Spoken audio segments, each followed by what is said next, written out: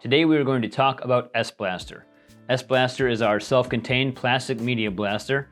It uses type 2 urea plastic media and spot blasts over the head of a fastener to give you a conductive surface for e-drill to be used, or to clean out the grooves on a fairing screw so you can get that good tight torque on your apex bit. So without further ado, let's get into it. So the parts of the S-Blaster. First off, it can be worn as a backpack using these straps on the back of it, or be put on the workstation as you see it here. Here you've got your hopper. This houses the media, and again, that is a type 2 2030 mesh size, type 2 urea.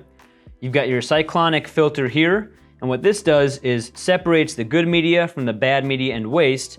The good media goes back into the hopper, the bad media dumps into the waste container here. Once this gets full, you just get rid of it as you would anything else. On the hand tool, you've got the trigger. Now, if you just pull the trigger down like that, you're gonna be on vacuum mode. The minute you release that safety and pull the trigger fully, now you are on blast mode.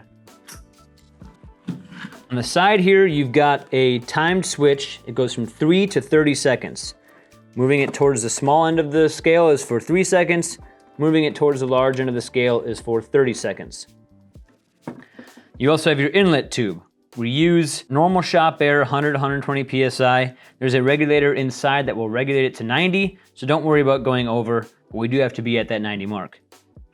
And last but not least, up top we have our HEPA filter, and inside is the pre-filter, and we'll get into that a little bit more when we get into maintenance and troubleshooting.